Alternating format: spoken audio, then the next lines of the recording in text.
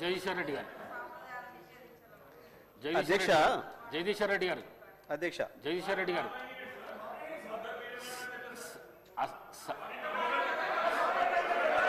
జగదీశ్వర్ రెడ్డి గారు.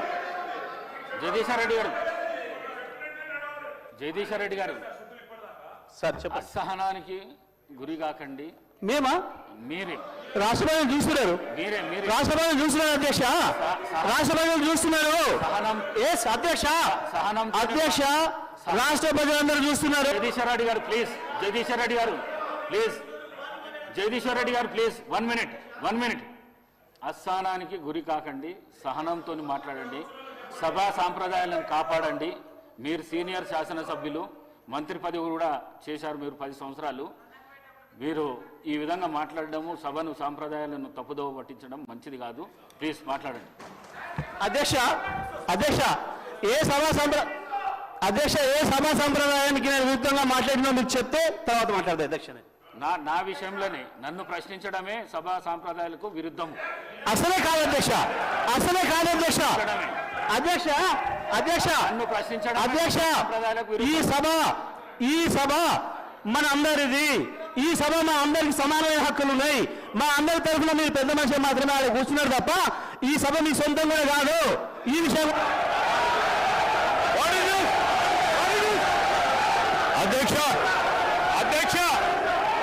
అధ్యక్ష వారు మాట్లాడిన ప్రతి పదం వెనుకకు తీసుకోవాల్సిందే. ఈ రోజు చైర్ని దూషించిన సందర్భంలో వారు క్షమాపణ చెప్పాల్సిందే అధ్యక్ష. ఆంకారంతో మాట్లాడకూడదు అధ్యక్ష. క్షమాపణ చెప్పాల్సిందే.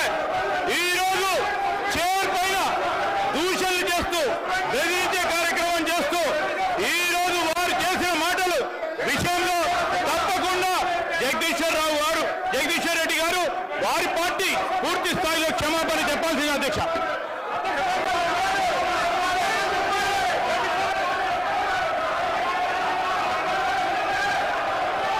స్పీకర్ సార్,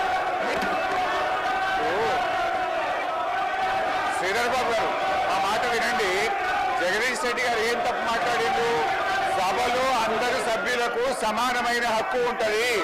సభ అంటే ఒక కాంగ్రెస్ పార్టీకు, సభ అంటే ఒక ప్రభుత్వానికి సంబంధించింది కాదు. ప్రతిపక్ష శాసనసభ్యులకు కూడా సమానమైన హక్కు ఉంటుంది అని చెప్పి జగదీష్ రెడ్డి గారు అన్నారు. దాంట్లో ఎంత మాత్రం జగదీశ్వర్ రెడ్డి గారు.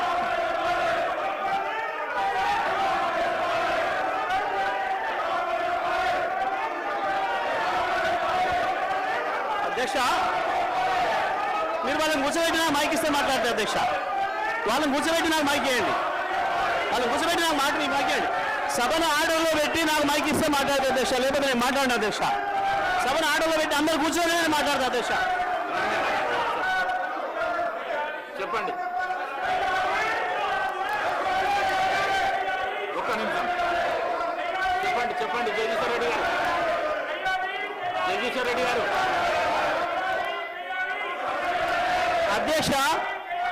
అధ్యక్షుల వారి బాధ్యత సభను ఆర్డర్లో పెట్టడము. సభ ఆర్డర్లో ఉంటేనే అందరూ కూర్చుంటేనే ఒక సభ్యుడు మాట్లాడాలి. నేను సభా సాంప్రదాయాన్ని నేను మాట్లాడుతున్నా. స్పీకర్ గారి పవర్స్ గురించే నేను మాట్లాడుతున్నా. స్పీకర్ గారి ఆదేశాల ప్రకారం అందరూ కూర్చుంటేనే నేను మాట్లాడతా. నేను అదే ప్రశ్నించదలుచుకున్నా. స్పీకర్ గారి అధికారాలకు సంబంధించే మాట్లాడదలుచుకున్నా. నేను అందరిని ఆర్డర్లో పెట్టండి మీ అధికారం ప్రకారం. ఆ తర్వాత నేను మాట్లాడతా అధ్యక్ష. సభ ఆర్డర్లో పెట్టండి అధ్యక్ష. మొత్తం రాష్ట్రం అంతా చూస్తుంది. కావాలని నేను మాట్లాడి చెప్తున్న విషయాలు తేలాలి. సభా సంప్రదాయాలు తేలాలి. స్పీకర్ గారి అధికారాలు ఎందుకు తేలాలి, సభ్యుల హక్కులు ఎందుకు తేలాలి అని తేలితేనే నేను మాట్లాడతా అధ్యక్ష. కూర్చోబెడితే మాట్లాడతా అధ్యక్ష. నేను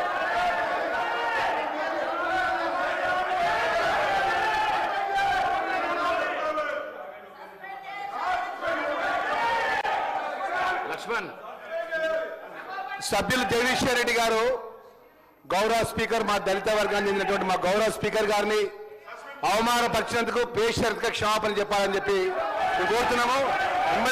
ఎందుకంటే అధ్యక్ష ఈరోజు 10 సంవత్సరాలు ఈ రాష్ట్రంలో